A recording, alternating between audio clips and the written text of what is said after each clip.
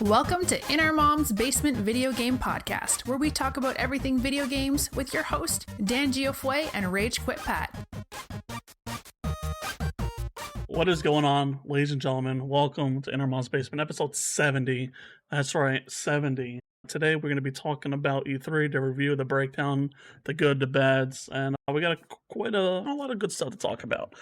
Before we get started, of course, you can go find us at inourmomsbasement.com, iTunes, Google, Spotify, Pandora, wherever your heart desires, at In Our Mom's Basement. And of course, we are joined with Rage Quit Patty. How you doing, Pat? Hello, Dan the Pizza Man. How are you? I'm well. Are you ready to get into that E3 life? Absolutely. It was good to have an E3 this year. Obviously, last year we had the conferences all spread out. So it was very good to, once again, even though it was mostly all virtual, it was good to see E3 conferences again. Get that feeling of excitement towards the holiday season and everything like that. Yeah, of course, it was really good one for Xbox and Bethesda. We're going to save that for later, and then we're going to drop our final reviews of the E3 at the end after each conference we talk about. So first up, we are going to jump right into Capcom. So some breakdowns, a lot of Resident Evil. Pat, I know is happy about that. What's going on, Pat? How you feeling about it?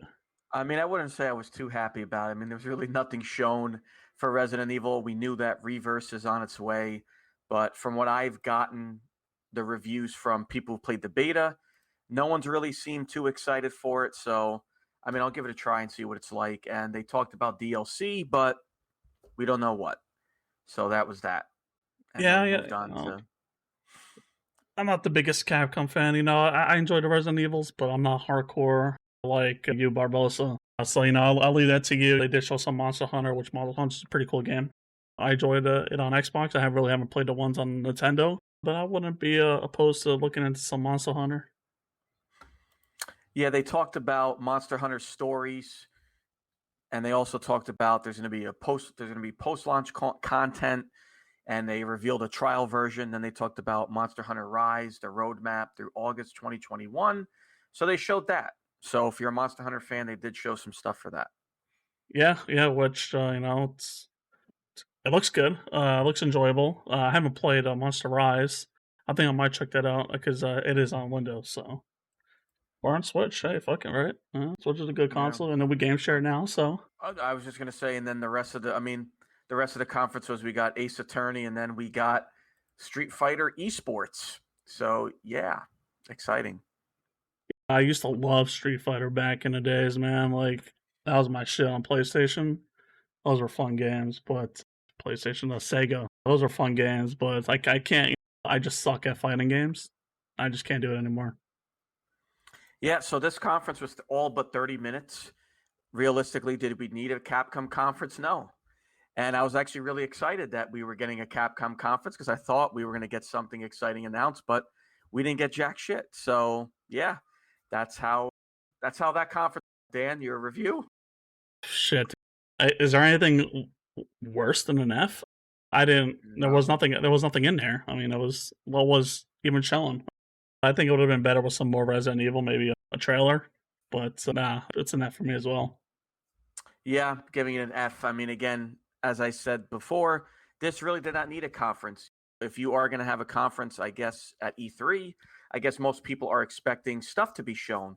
But in this case, it was like, no, nothing's going to get shown, but bullshit. So, yep. Gets a fat F. Yeah, so enough with that hot trash. Let's jump into something that's a little bit more art-based. Something that we've been waiting for was announced with the Ubisoft Forward, and that's a Rainbow Six Extraction. I know I played it. I loved it. I had a fun time. Pat, what did you think about the gameplay you saw? Well, I'm happy to see we did play that game mode in Rainbow Six Siege when they had that event that 1 month. It was a ton of fun, and I think Ubisoft understood that a lot of people gravitated towards it. They really liked it, including us both here. So I'm happy we got a release date. I'm happy we got a gameplay trailer. Looks a lot of fun. I'm curious to see what the price tag is going to be and how the longevity is going to be for the game because, again, Siege continues to grow and grow. The new season just came out. So I'm just kind of curious to see what is going to be kind of their roadmap with Extraction. But I'm excited for it. We also got a release date, September 16th. So a lot of fun. Looking forward to that. Yeah, when I played Extraction, it was fun. Of course, I can't really talk too much about what I experienced, but I did have a fun time with it, and I am looking forward to the full release, and I'm happy they're also bringing in that cross-play between consoles, which I think is really cool as well. Yeah, people got nervous because they thought it was going to be PC, if crossplay with PC players, and of course not, because the advantage with Siege, especially with mouse and keyboard, is a very higher advantage than like the Call of Duties and stuff like that. So I like that too. I like that between the two consoles, and that's early 2022. I do feel bad for the PlayStation players because from what I heard, I guess the level of competition is a little bit different, but I'm happy that they're doing that. I think crossplay should be normalized. It should be a thing for most games, especially shooters. Yeah, absolutely. And Rainbow Six, I'm glad. Well, I'm glad it's happening across console platforms, and we can finally put to rest that PlayStation players actually do suck at the game. Yeah, and then we got we got Rocksmith Plus. They have a subscription service if you want to learn how to play guitar. Snoozer for us. Riders Republic. They showed. I believe that's not the snowboarding one. Isn't that the BMX one? Or it's kind of like a mix. So I mean, there is snowboarding in it, and wait, okay. yeah, it's just snowboarding, bicycles, all that. So it's like a mix of them. No, so they showed gameplay for that September 2nd. Really shocked to see more expansions on Assassin's Creed Valhalla. I thought the game was big, but now it's even bigger. But we get more DLC for that, and it's just kind of strange because I expect next year we're probably going to get another Assassin's Creed at some point. But for people that want to continue the game, I don't know. I think that's the secondary expansion for Valhalla. I love the game; it's a lot of fun. And the Viking Age TV shows and movies right now are really big, so they're capitalizing on that. But I think they can actually take a break from another Assassin's Creed and just focus on Valhalla, because I think it's still a power move. That game is a lot of fun. And then kind of also our taste as well, because we played the other Far Cry. They showed another Far Cry 6 trailer. I want to ask you this question, though, regarding that trailer. Maybe I'm not the only one, but did that trailer look like 360 graphics to you? That trailer did not look good at all. It looked like 360 graphics to me. The trailer didn't look terrible. I mean, are you trying to compare it to the first trailer they did with Halo? But I mean, it wasn't the greatest, though. It wasn't the greatest, I will tell you. Yeah, it did not look good. I mean, I love Far Cry, don't get me wrong, but man, that trailer did not look good. But nonetheless, I'm excited for Far Cry. And then they teased a Far Cry DLC stuff. So I'm guessing through the third game, the fourth game, and the fifth game, we're playing the main villains, I guess. Yeah, it kind of looks interesting. Yeah. So I'm not 100% sure. I can't wait for them to actually release some more stuff on that, because it actually looks pretty fun. Yeah, I'm interested in, because Far Cry 3, of course, had one of the better villains out of the series so far. So I'm interested to see what they do with that. Then they had they showed Watch Dogs Bloodlines DLC that brings in Aiden Pierce and Wrench. If you don't know who Wrench is from I'm losing it. Wrench is from Watch Dogs 2, sorry. And Aiden Pierce is from Watch Dogs 1. So they are showing they're going to be in the DLC. But I uninstalled Watch Dogs Legion. I really enjoyed it, but I don't know if I'm going to go back to it. Yeah, that's actually something I do have to go back to, because I am close to the end. I haven't finished it because other games came out and I got pretty occupied with that. So I got to go back anyways and play it. So maybe the perfect opportunity for me to go back is when those DLCs drop. Yep. So, and then the last thing, they showed an Avatar Frontiers of Pandora game, first-person action adventure. I see. Okay, all right, good. All right, I thought you were gonna like it. Actually, never mind. I'm actually happy with that reaction, because I thought you were gonna be like, "Oh, it actually looks really cool." But I agree. Get that fucking trash out of here. Like that movie to me is probably one of the most overrated movies in movie cinema history. I don't care what anybody says. I think it's overrated. Absolutely. It should And now never. we're I don't give a shit. It should have never made $1 billion. It wasn't even that no. good. And now we're getting a game like years later, I guess, to try to coincide with the next Avatar movie that keeps getting pushed back. That's probably never going to come out. So I guess so. I mean, is Ubisoft expecting this is going to be like a? I mean, it's cool. It's a new IP, but I guess Ubisoft is trying to hope that there's still somewhat of a fan base around. I guess. I don't know. Yeah, I don't know. It's just kind of weird. Just I don't know. It's like weird to drop that game out of like nowhere. Like, what's the purpose? Yeah. Like, they didn't even show anything from it. Like, what are you gonna do in it? Like, what kind of action are you gonna have? So Yeah. I don't know. I have very very mixed feelings about the game, and I do not approve. Alrighty. So I mean, that was kind of pretty much the Ubi Forward rundown. Oh, I'm sorry, we missed one. Sorry, real quick. They also revealed the Mario and Rabbids Spark of Hope, the sequel to their last Mario and Rabbids combination. So we got gameplay trailer for that, which they changed a lot of in the game. Did you play Mario and Rabbids? I know it was pretty successful. No, those aren't up my alley. All right. So your final grade for UB Forward. I don't know, man. The only things I was really excited for was to get some Extraction news and get some Valhalla news. I don't think that's really worth a 3-letter grade. Probably go to an F, maybe a D around that park.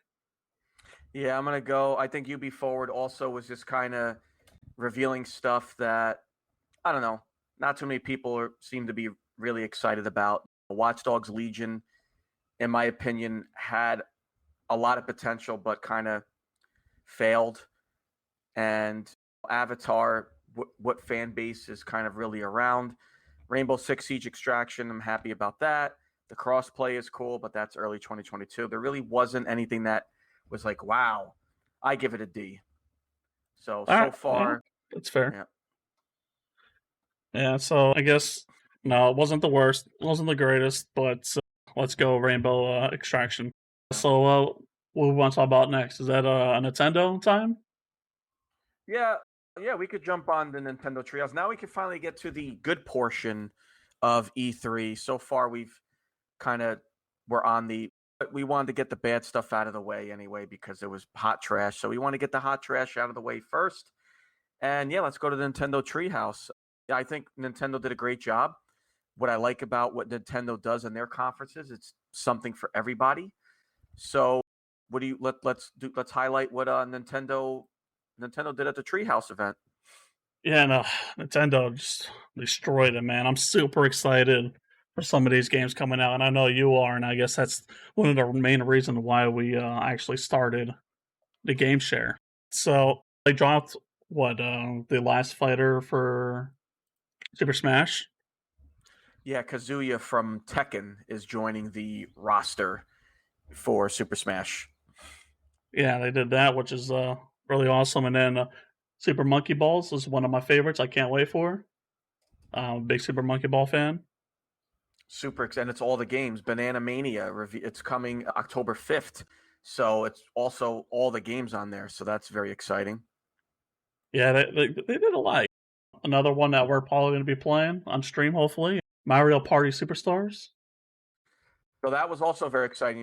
We always talk about Mario Party kind of being revived with their party games. And what I did not like about the one on the Switch, the Mario Party was good. It's fun. But I did not. You could only use one Joy-Con. That was so disappointing. But what's good about this one is you could use both Joy-Cons, and it's all the mini games and boards from previous games. So that's very exciting. So you could finally really test your friendships again. It's been a long time, but that one's all the old boards, all the old mini games. That one also releases October 29th. So that's also very exciting. And it's online. Everything's fully online because I believe in the last Mario Party, only certain mini games were available online. In this new one, everything is online. Yeah, I can't wait to piss people off and some Mario Party because I know you, Diego, and I were going to be playing that, and we're gonna double team Diego like he always says we do in Pummel Party. Yeah, absolutely. You left out Dylan. I guess Dylan's not going to play with. Nah, Dylan dropped the sleeper on me. So, Oh, all right. Sorry, Dylan. But what other games are you excited for Nintendo? I mean, so far, WarioWare is something that maybe I might jump into because I heard a lot of really good things about WarioWare Get It Together. That's also with a bunch of mini games as well. That comes out September 10th. So that might be another game on my radar because a lot of people have spoken very highly of the Wario games. So I might jump into that. Yeah, WarioWare. I don't think I'll be playing him, but I am excited for the Metroid. That looks really cool, and then it's a 2D as well. Yeah. So I know a lot of people are pretty hyped for that shit. So I'm ready for that. I'm excited. And that's another game in October. So that's three big releases in October. That one's October 8th. So you have a couple big Nintendo launches there in October. And yep, Metroid Dread. And they came out with a cool collector's edition. I saw people went crazy for on that one. Another that maybe some people might get into. It's almost kind of like the Telltale series games. Life is Strange. True Colors is also releasing on Switch.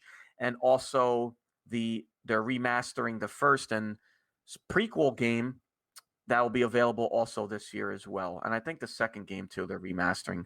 I think they're remastering them all. But you'll get Life is Strange on Switch, which is kind of like the Telltale series type games where whatever choice you make shapes the story, and it's kind of like a point and click type game. Yeah.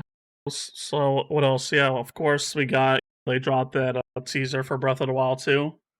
Yep. Which a lot of people went crazy for, and especially Barbosa. He went nuts for that. I mean, What that's else we good. missed? Well, they also showed off Skyward Sword Skyward remaster Sword. as well. They showed that. What was cool about Breath of the Wild is they actually showed gameplay. It wasn't like not gameplay, but they showed like a trailer teaser, and it just wasn't like, hey, here's Breath of the Wild 2, here's the cover with no gameplay. So that was really cool.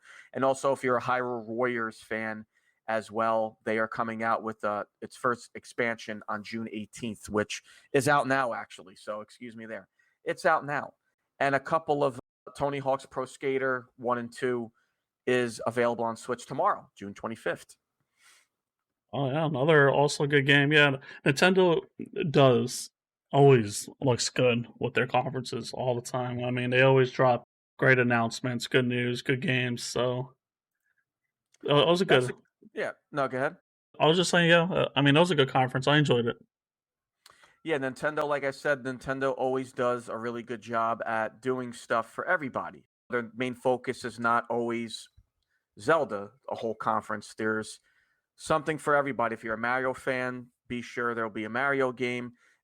Finally, we got a Metroid game, which is cool.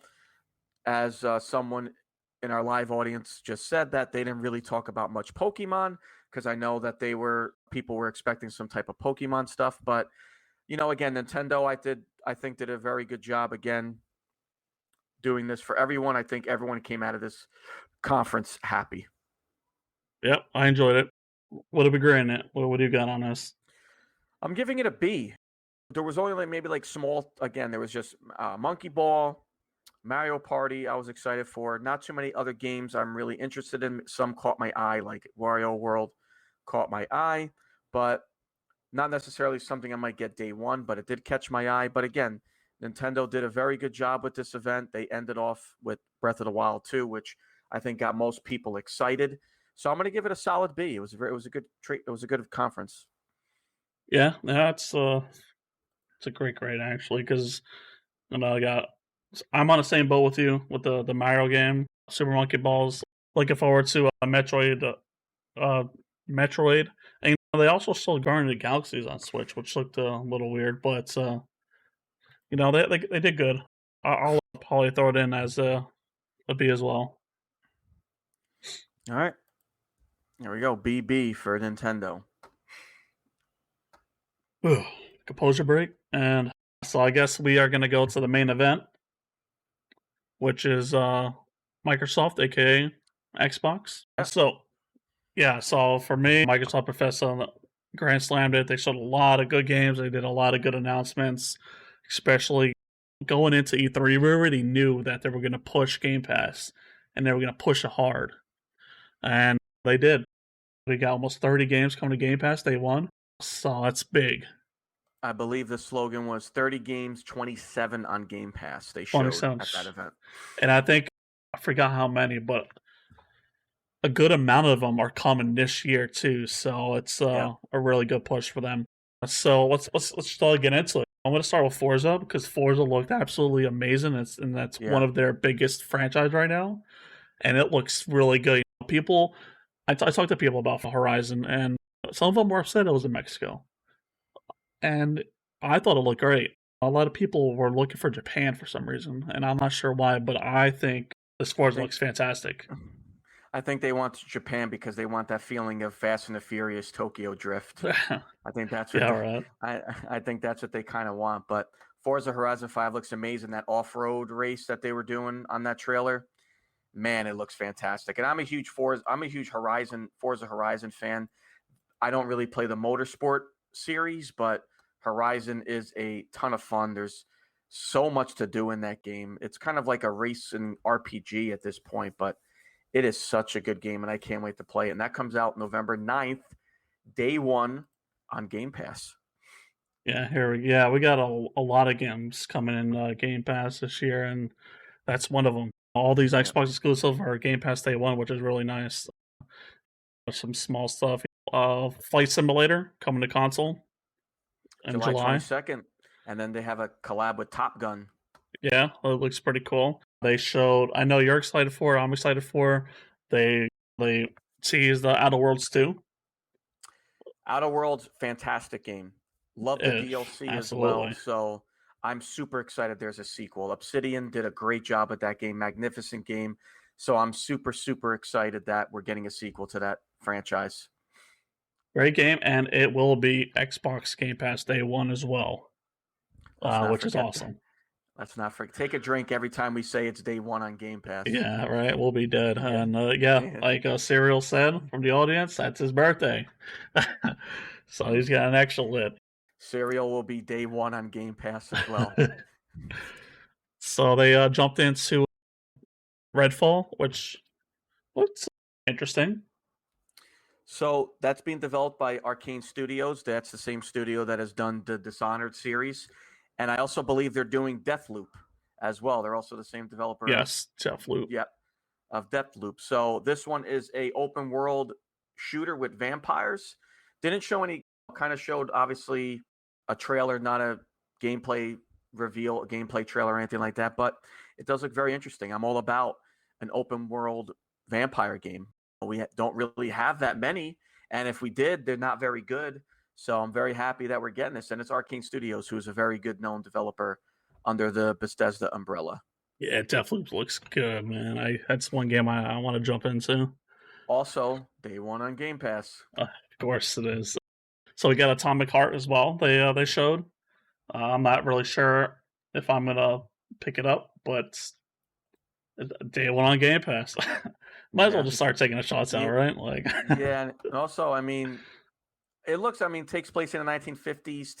Tech and robots exist, so that's interesting. But they didn't really give away too much information. But hopefully, we'll see more as time goes on.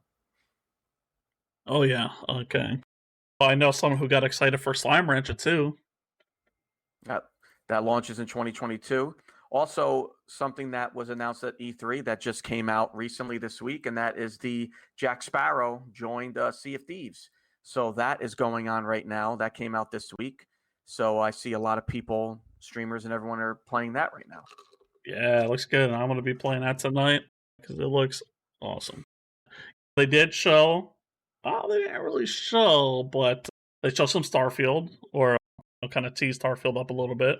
I can't wait for that game, man. Apparently, it was like 5 years in the making or more. Yeah, and the huge thing, dude, it's exclusive to Xbox. Not only is it day one on Xbox Game Pass, everybody, it is an Xbox exclusive. So that is, to me, that's huge. And obviously that news came out that Bethesda had to apologize to PlayStation players for making exclusives. Like, grow the fuck up. We grew up with games being exclusives to consoles for many, many years. I don't think a developer should have to fucking apologize for something that is pretty much normal.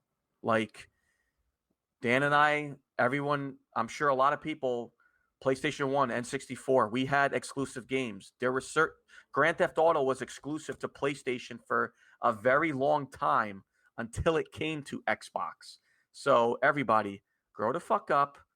No one needs to apologize for something being exclusive. Go fuck yourself. You know what I think it is? It's because this acquired Xbox, Microsoft taking it over, Bethesda just happened recently, and people were expecting these games to hit PlayStation. And now that they're doing this to Starfield, are they going to do that to the next Elder Scrolls? Elder Scrolls? Are they going to be doing that to their other games that the people are waiting for? So, shit happens. Can't control it, but we have Xboxes, we have PlayStations, no matter what it goes to. We got it. Plus, it's day one of Game Pass anyway, so. Listen, competition is huge. Look at Spider-Man. Spider-Man's not on Xbox. Spider-Man's on PlayStation. I didn't see who developed Spider-Man. It's the Ratchet and Clank. You didn't see Insomniac coming out being like, "Oh, I'm sorry to Xbox players." They don't give a fuck. It's competition. You want to play Spider-Man, buy a PlayStation. You want to play Starfield, you're gonna have to get an Xbox. So that's just how it is. We grew up with that type of shit. You know, a lot of people complain, "Oh, why doesn't Xbox have exclusives?" Well, here you go. Go. Great point. That's another thing too. Everyone's bitching about where's the Xbox exclusives? Where's the Xbox exclusives?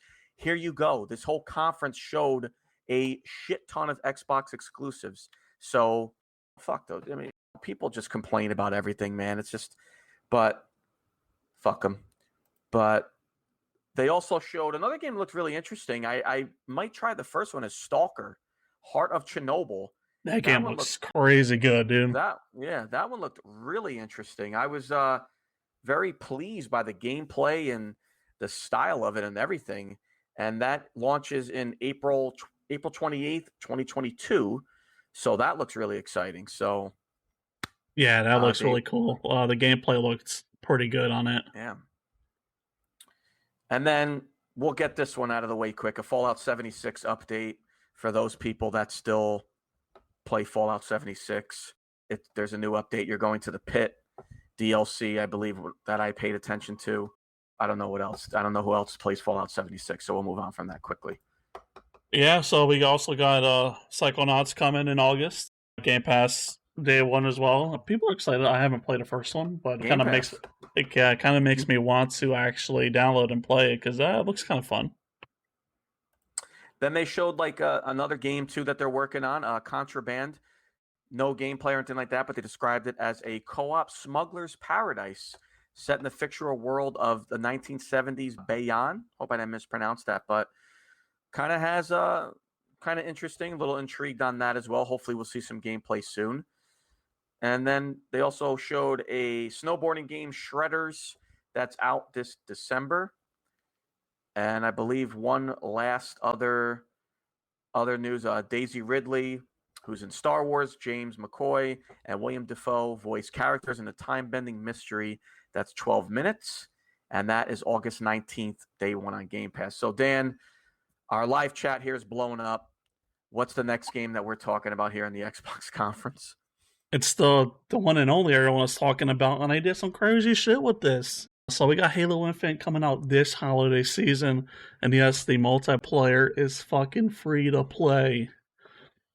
Which, that got the crowd wild, because that's insane. I didn't expect them to do that. But of course, the campaign is going to cost you money.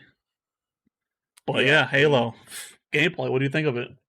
It looked fantastic. That multiplayer kind of brought me back to the Halo 2 days.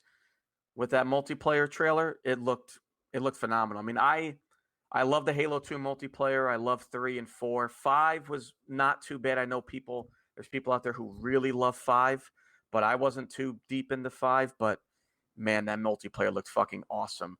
But I want to ask you a question. I wonder what you think about this, because the multiplayer, is free to play. Do you think they released the multiplayer first and then the campaign later? Like, what do you think about that?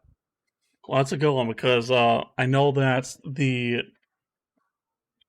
Halo multiplayer beta is starting soon. So I actually think they'll be released at the same time. I think the bigger question is, how much is the campaign going to cost? Is it still going to be a $60, $70 game if you don't have Game Pass? or is it going to be cheaper since there's no multiplayer involved?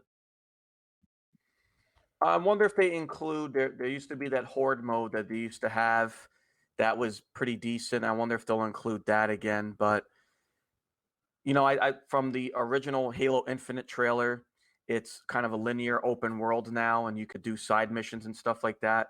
So I expect it to be a full price game. I think it'll be full 60.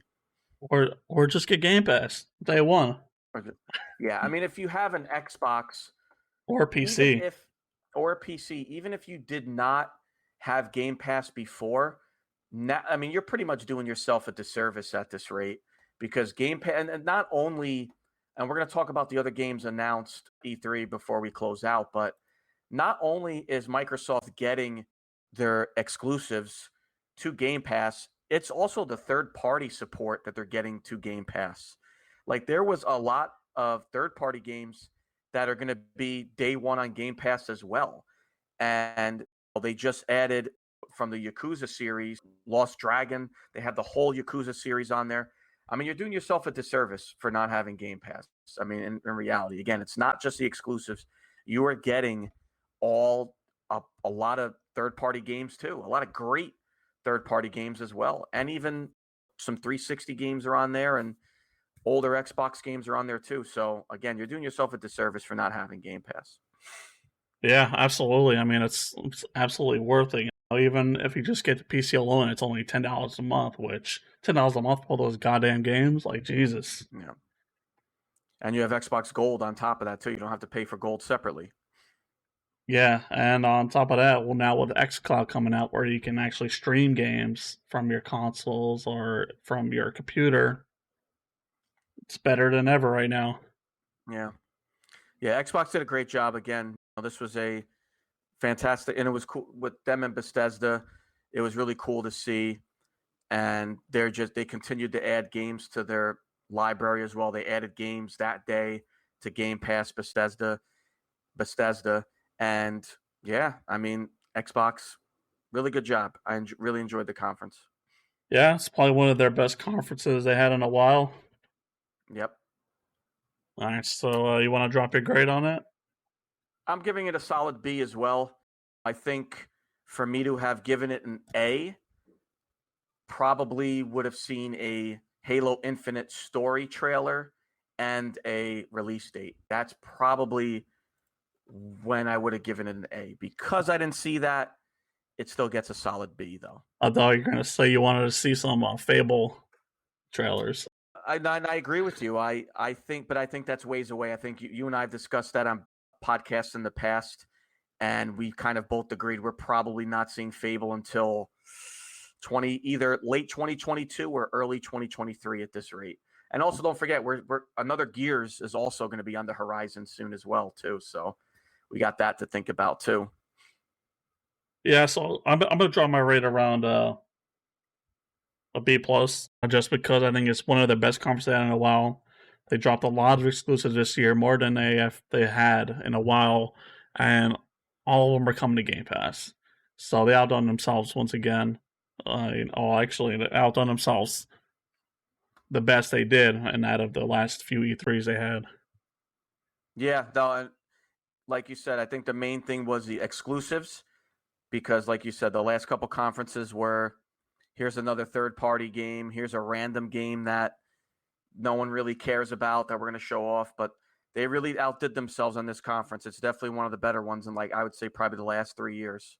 Oh yeah, another thing we didn't mention that. Did we mention the Back for Blood is also going to be Game Pass? We were, yes. We're going to talk about the summer of gaming and some of the games that were announced on there.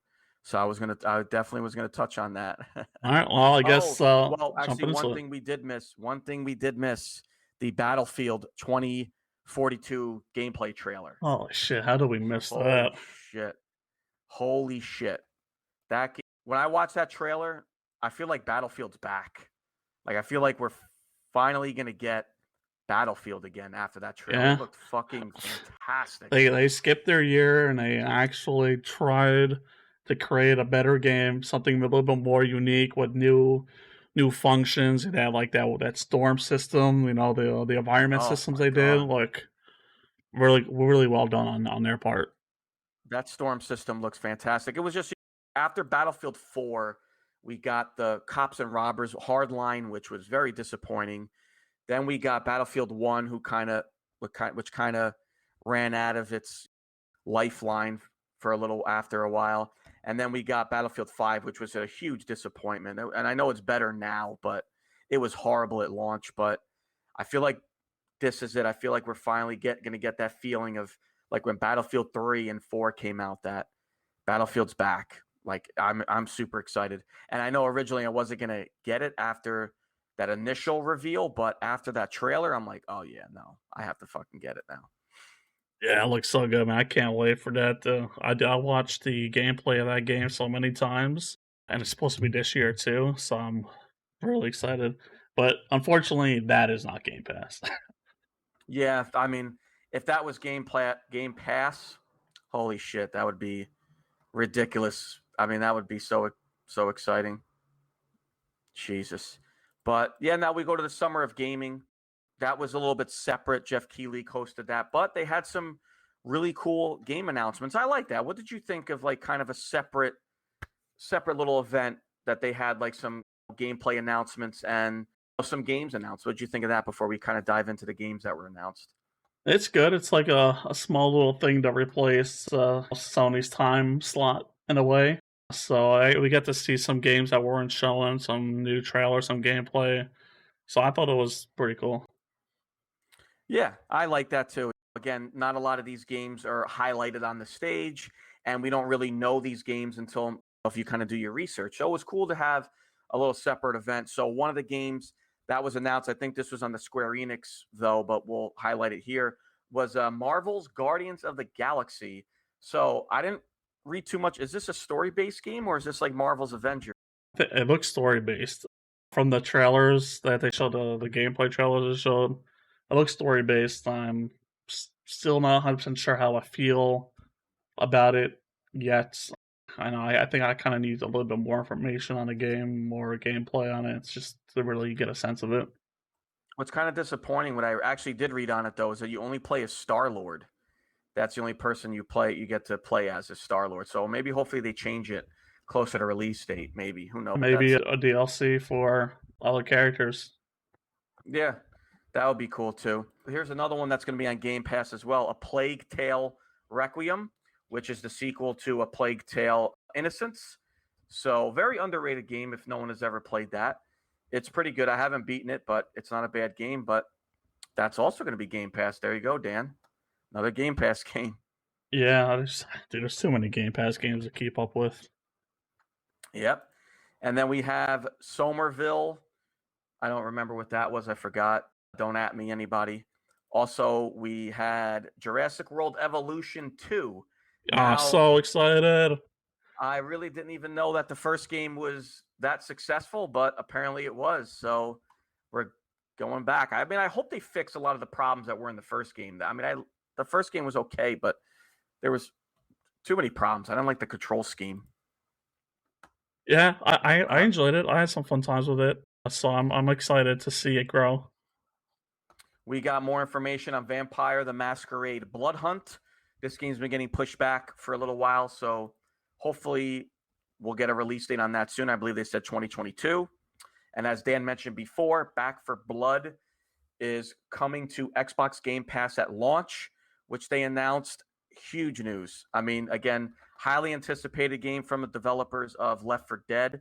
We're not going to talk about the other game that they developed because it was a pile of shit. But hopefully Back for Blood gets us back on track with that zombie killing craze that we all crave here. So super excited for that. And it's on Game Pass. So another reason to get Game Pass. Another series that Dan and I play, the Dark Picture Anthology, House of Ashes, also was shown. That comes out October 22nd. Dan and I went through Little Hope. Dan killed poor Taylor, but the only person that died. The only person that died, but is okay. But the next one in the Dark Picture Anthology series, October 22nd. And this one looks really interesting. What do you think of this one? You're kind of in the military and you got to go this underground base and there's like haunting things that happen. Like, what are your thoughts on it? Well, I'm hoping that the other ones weren't really that scary, per se. So I hope we get a little bit more horror with this game. It looks cool. The gameplay didn't look too bad, or the trailer.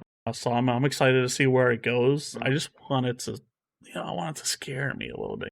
Yeah, they have a couple like cool jump scares and stuff like that, but I'm hoping there's a little bit more horror into it too. Like Until Dawn. Until Dawn had a lot of horror elements in it, so I agree with you on that. I'm hoping that they do some like that. Do something like that as well.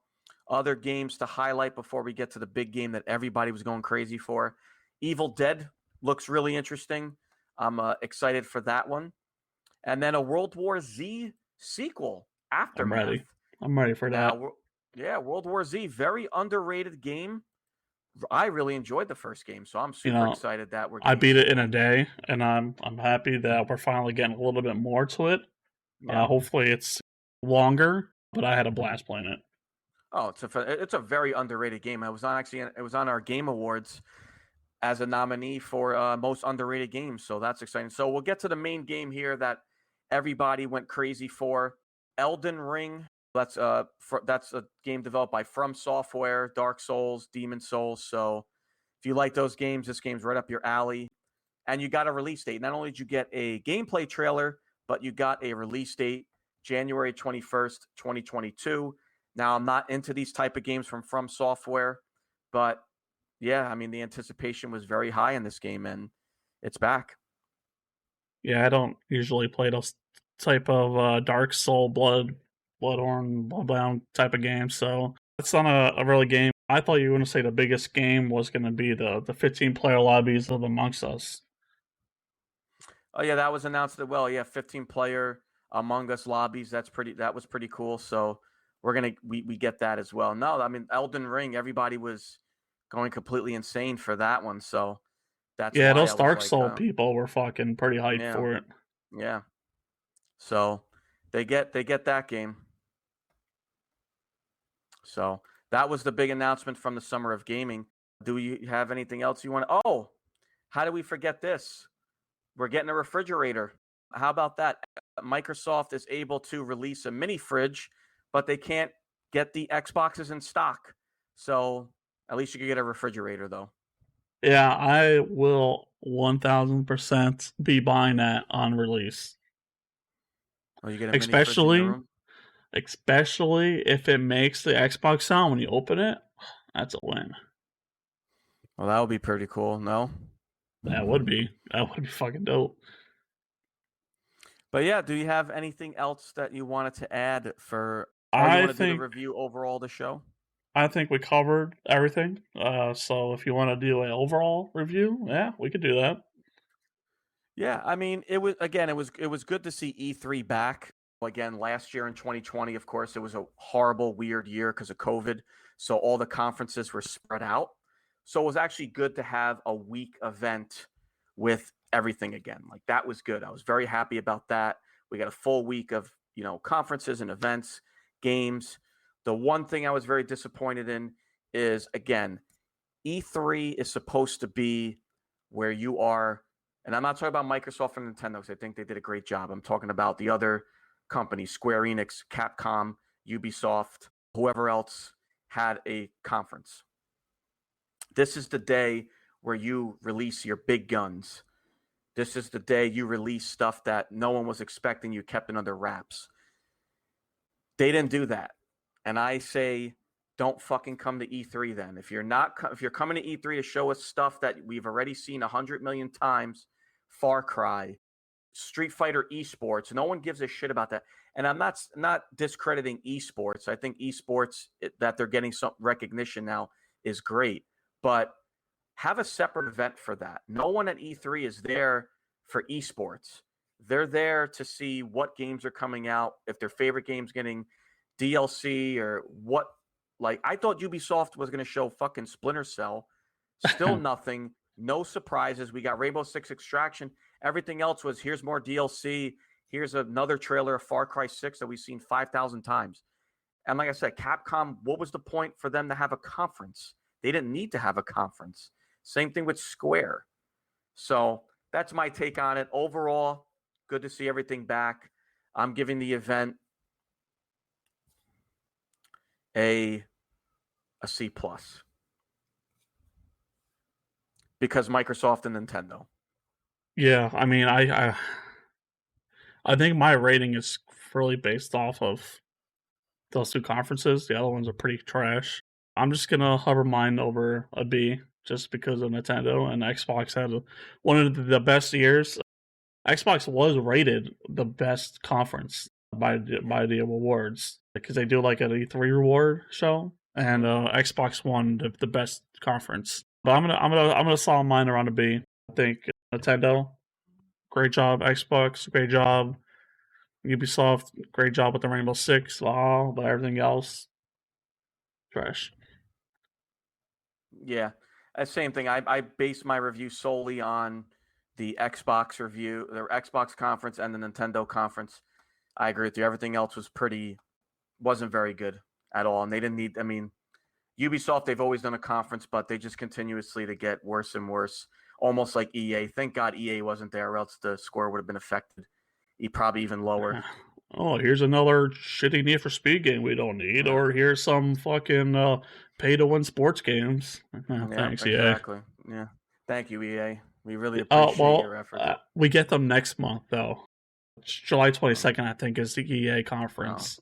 And I want to see some goddamn Star Wars. That's all I want to see. They're not doing it. Ubisoft's doing it.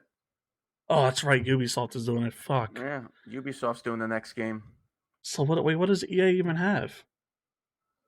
I think they're Ubisoft. I think they still have Star Wars, but the licensing is now being able to be used by Ubisoft as well. So EA still has the licensing, but Ubisoft also has the licensing now as well. Because I remember, last E3, I think they announced another Star Wars game at the E3 conference.